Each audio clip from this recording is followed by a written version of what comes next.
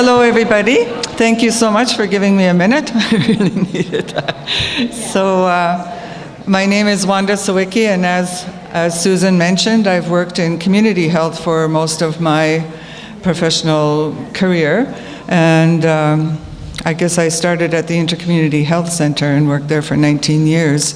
But I've also worked with other groups that have invited me to come and work with them. So art therapy I've used with individuals, I've used with families, with groups and communities, and worked with over 100 people at a time.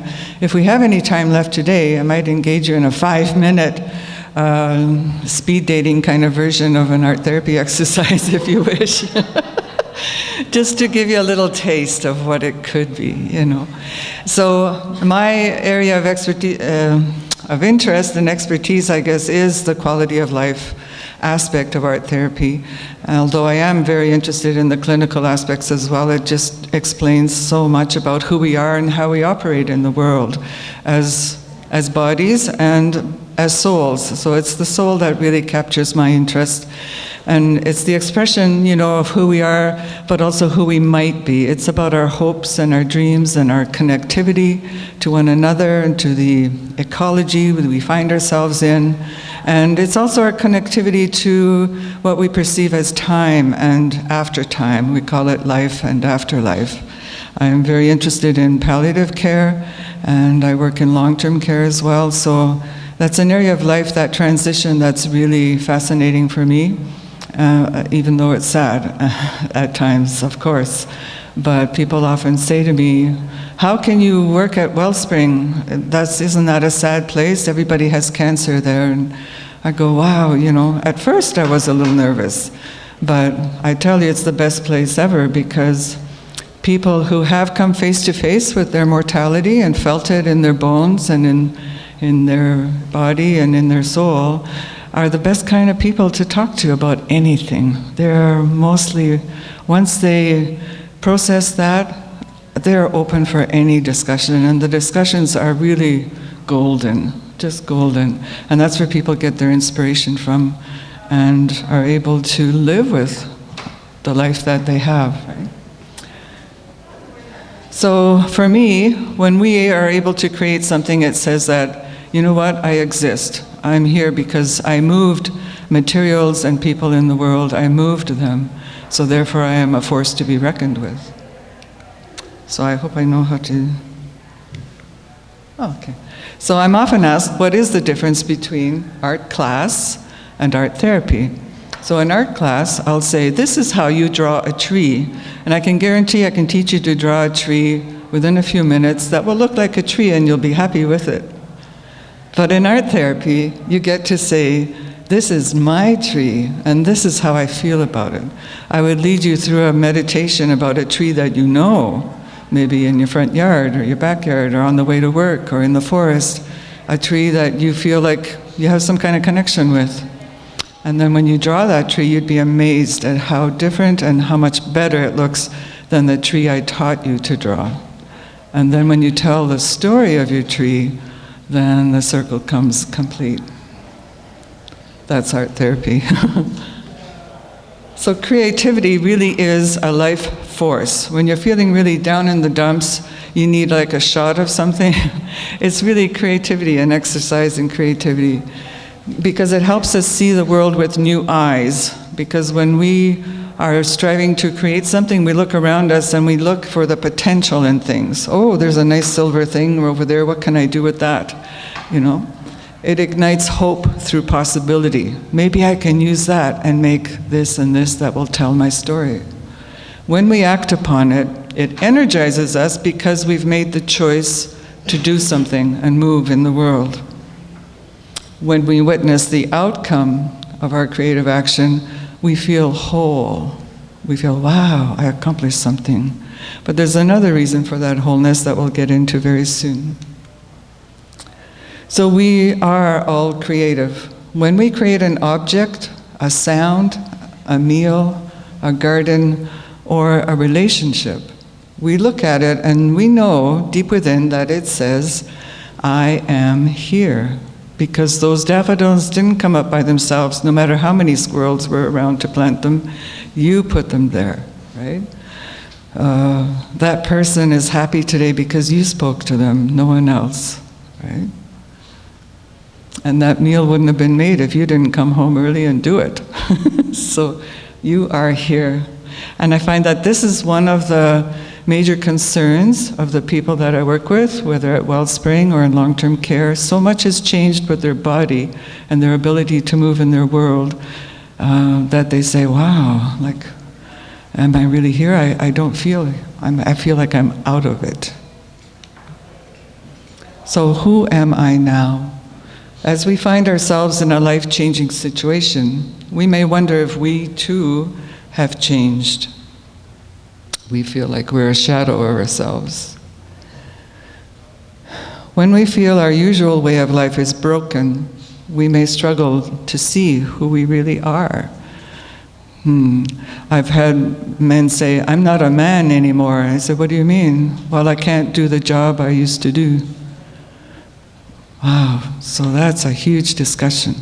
So if we can find something else he can do or do the job in a different way, then he begins to feel he's really here. And a woman, the same thing. I can't be a mother anymore. I said, what do you mean? Like, you are a mother. So we talk about what she means, right? And she means that so many things have changed in the way she acts or he acts as a man or a woman that it causes them to wonder.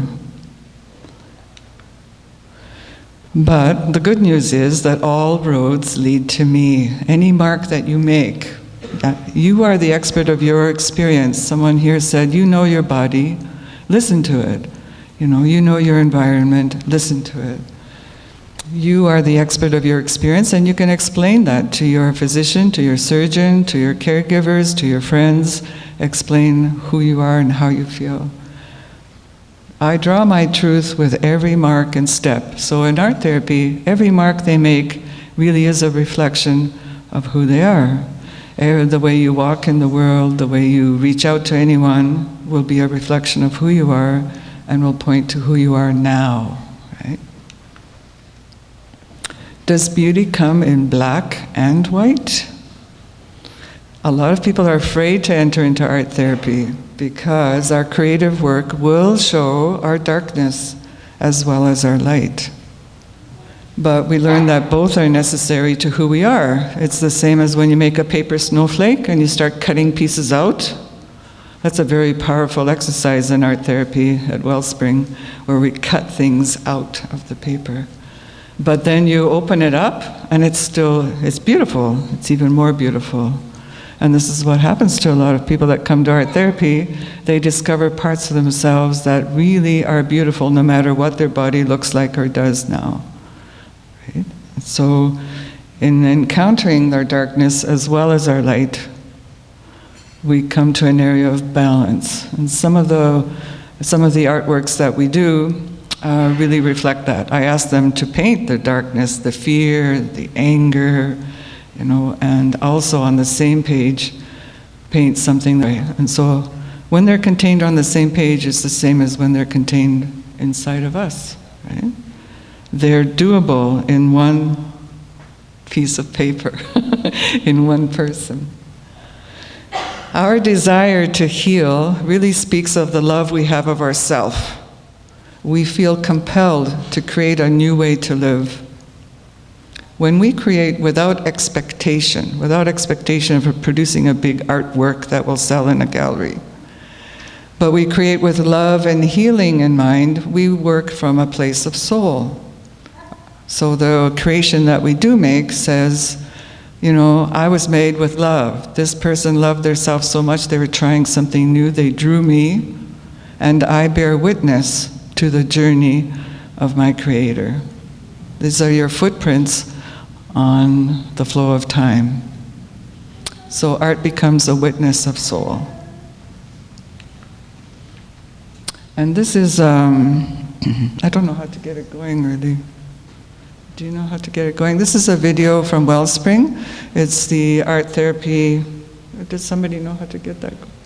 At home I would click on it twice and it would connect. Yeah?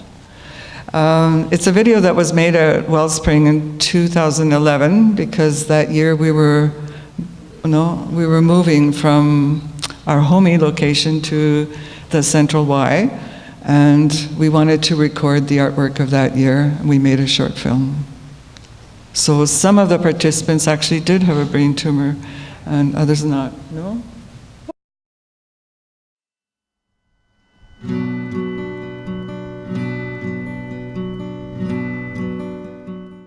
The art therapy program at Wellspring, London and region began in June of 2000 with registered art therapist Wanda Sawicki as facilitator. Wellspring arose from a need, from what was felt missing in hospital settings. It strove to create a home-like atmosphere where person-to-person programs address the more subtle injuries cancer and its treatment can cause to a person.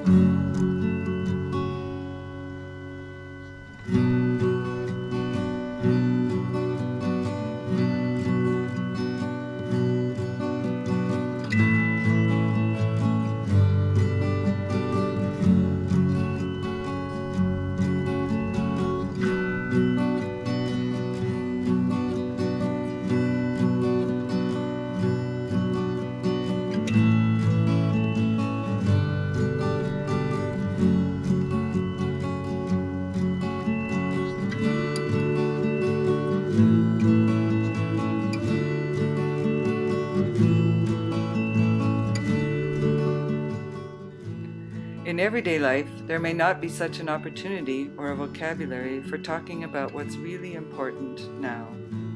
Others may not be ready or able to meet with us at this level. But in the art therapy room, everyone present shares this yearning to voice what really matters.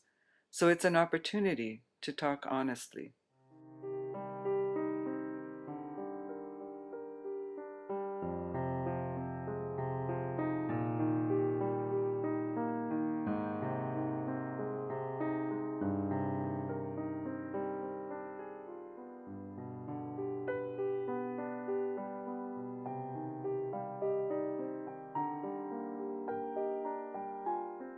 So I went, and then basically what I liked was the smallness of the group, but also that it was, each session was self-contained. You didn't have to sign up, and it was very flexible according to each person's needs and what was happening around their cancer treatment.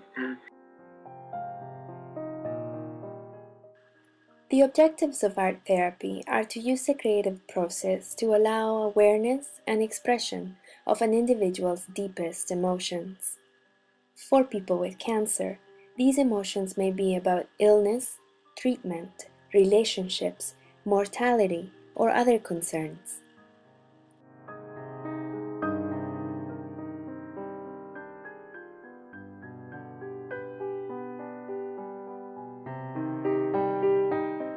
So what I have found is that the artwork has brought me in touch with some of my emotions without too much of my head being in the way, and then it has freed up some of my journaling. It also allowed me to, at times, to park something, but I will go back to it, and that might not be the right thing for our kitchen table, but I can bring it to art therapy.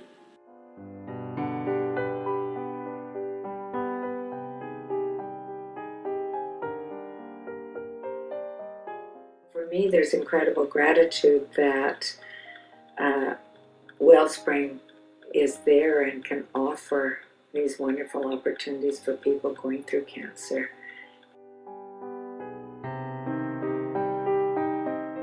It brings me to look at my heart inside, at my inner soul, in order to go outward with more awareness, more integration, more knowledge. And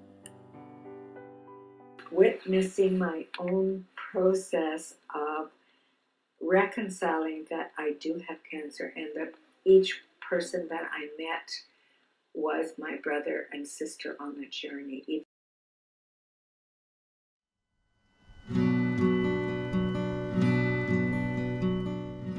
When persons affected by cancer enter Wellspring, London and region, the art therapy program creates time and space to recognize that something is happening and it's okay. The job ahead is to keep steadfast on the journey, not knowing.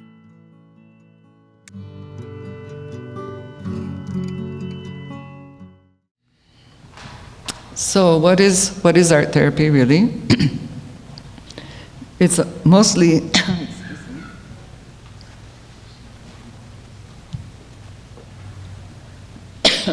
as you can imagine, it's mostly the use of art materials, but for the purpose of personal expression.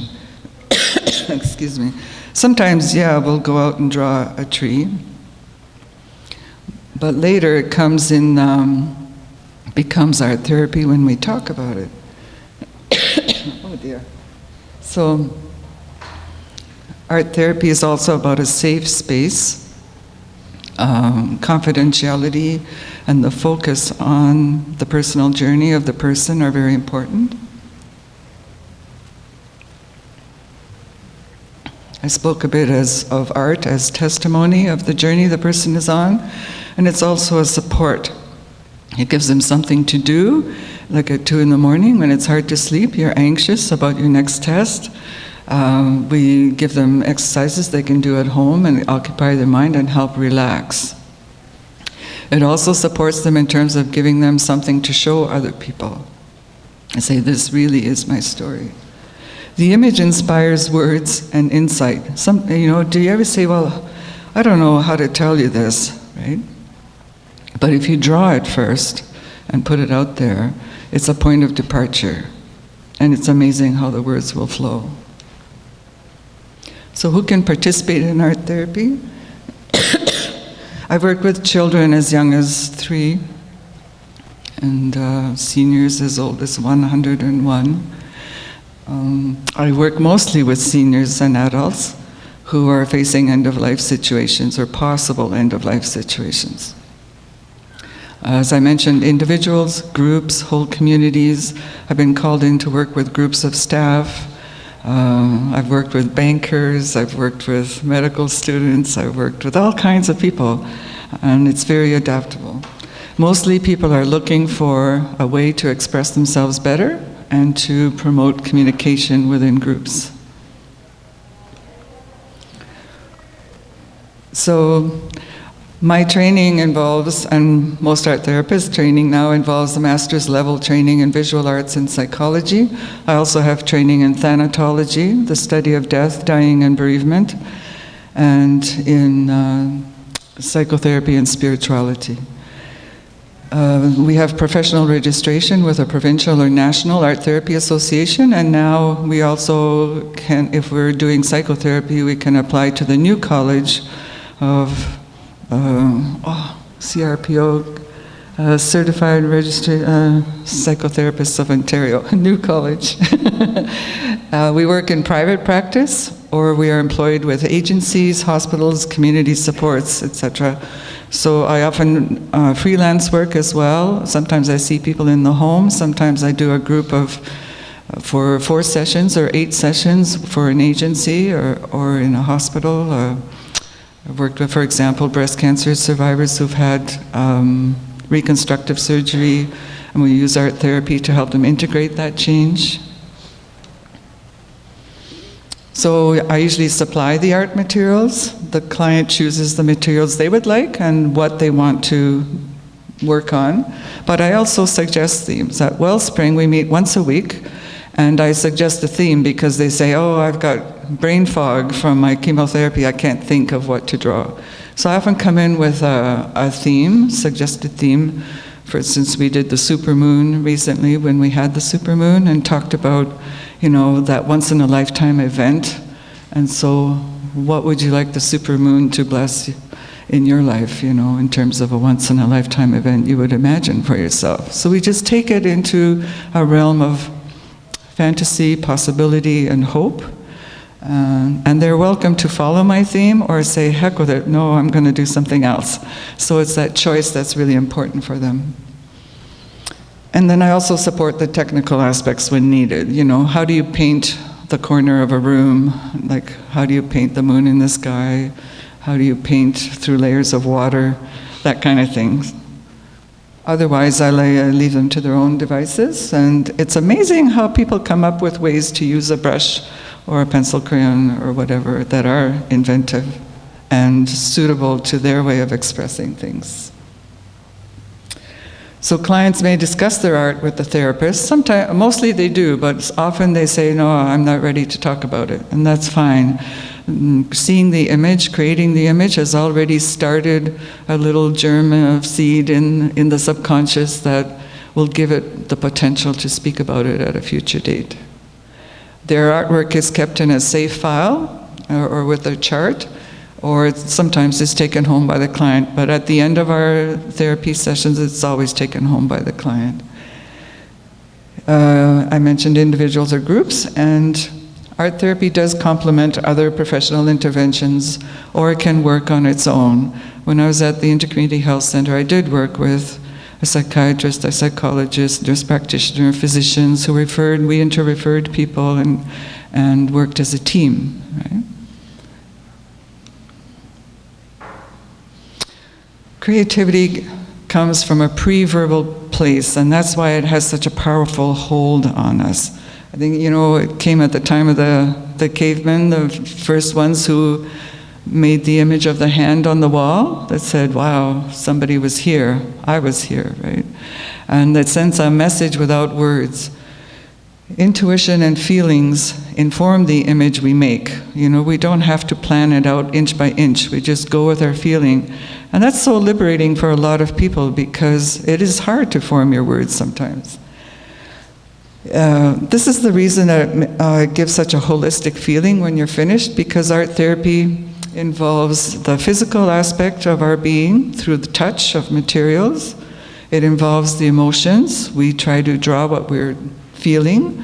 It involves our cognitive aspect, because then we look at it and go, oh, what's that? What does it mean? And what do you think it means? And we enter into dialogue and try to learn something from it.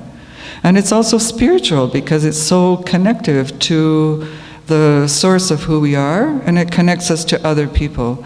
At Wellspring, around the table, at the end of a session, everyone, you know, shares their work if they agree, and they always do, because they love getting feedback from other people.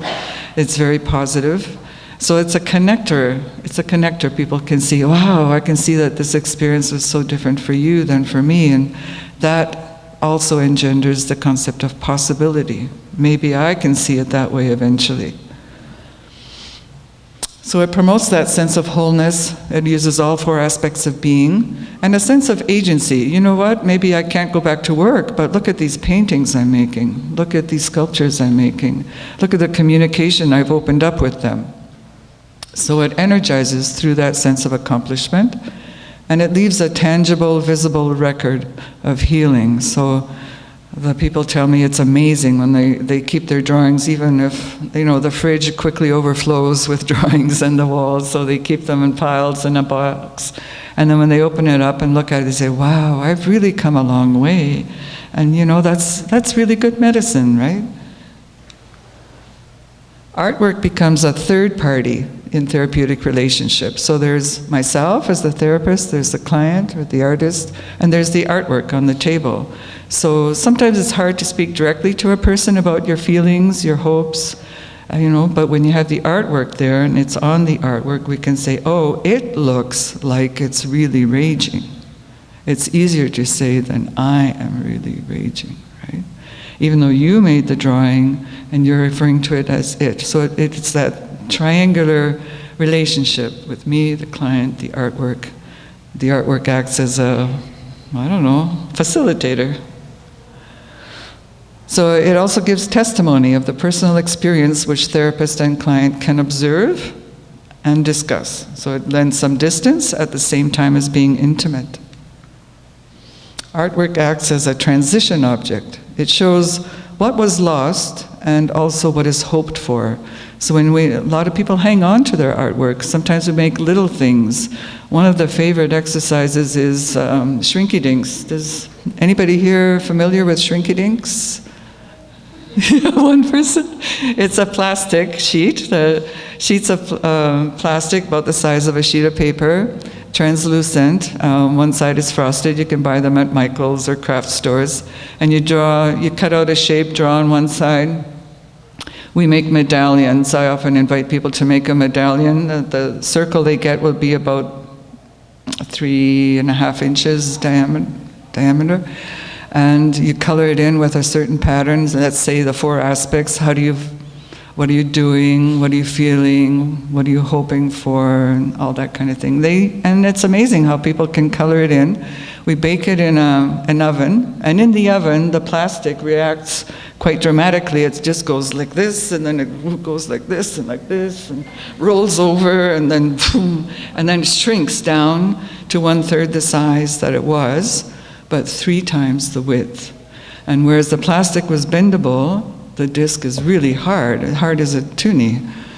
And so we do those, and people are amazed and enthralled and everything, but then I say, let's talk about this. What happened here? What did you see? You say, oh, that's like me in the hellfires of life, in the toaster oven. No. But you came out. How did you come out? Well, I lost something in size, but I gained in depth and strength. And then the colors became more concentrated and much more beautiful. And this is usually what happens with people. When they do go through a hard time, they look at it, they process it, and learn from it. So artwork can create a vision of how things could be at a time when it's hard to imagine it just with words. It gives us perspective and lends meaning. Its creation increases our sense of vitality and connectedness. And it's a talisman that we carry with us. So people carry those medallions with them. It's amazing. They take them to chemotherapy, they take them everywhere. One time I was in a big parking lot and got out of my car and looked over, and there was one hanging from the rearview mirror in the next car. And I thought, oh, how great. That's really great.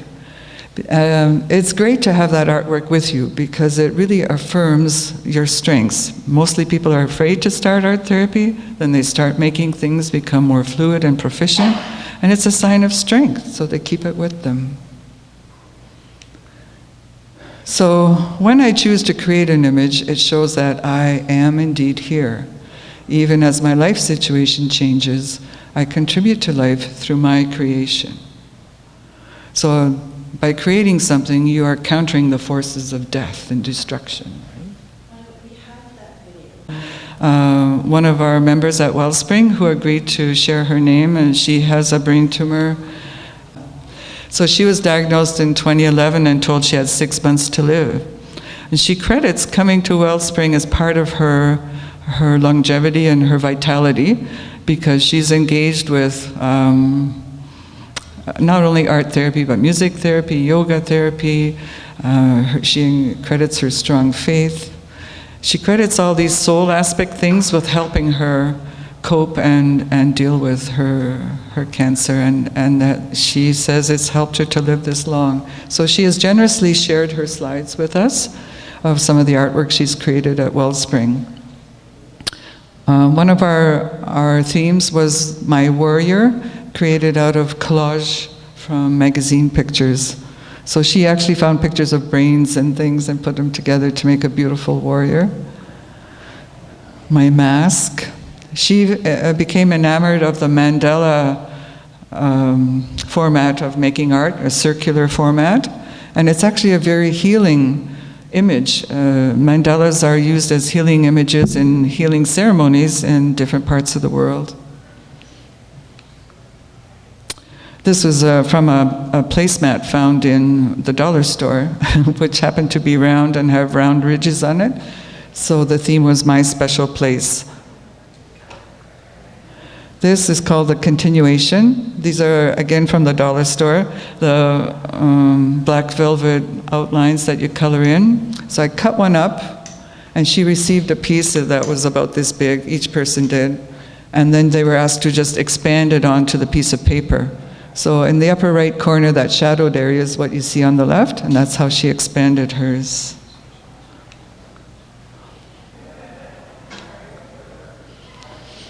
These are called Hope and Imbolc. Imbolc is the season where things start to germinate, and it's celebrated by St. Bridget's Day in Celtic traditions. So she used her mandala format to show a garlic clove starting to root. We created three-dimensional birds, a view from above of gardens. And I don't know if you've noticed so far, but a lot of these things look like cells, right? Cells of the body. This is weathering the storm. And this was watching the supermoon with her husband and daughter. Again, we see the cells. And my rose bush of Thanksgiving. And the tiny symbols there are from different aspects of her life that she gives thanks for.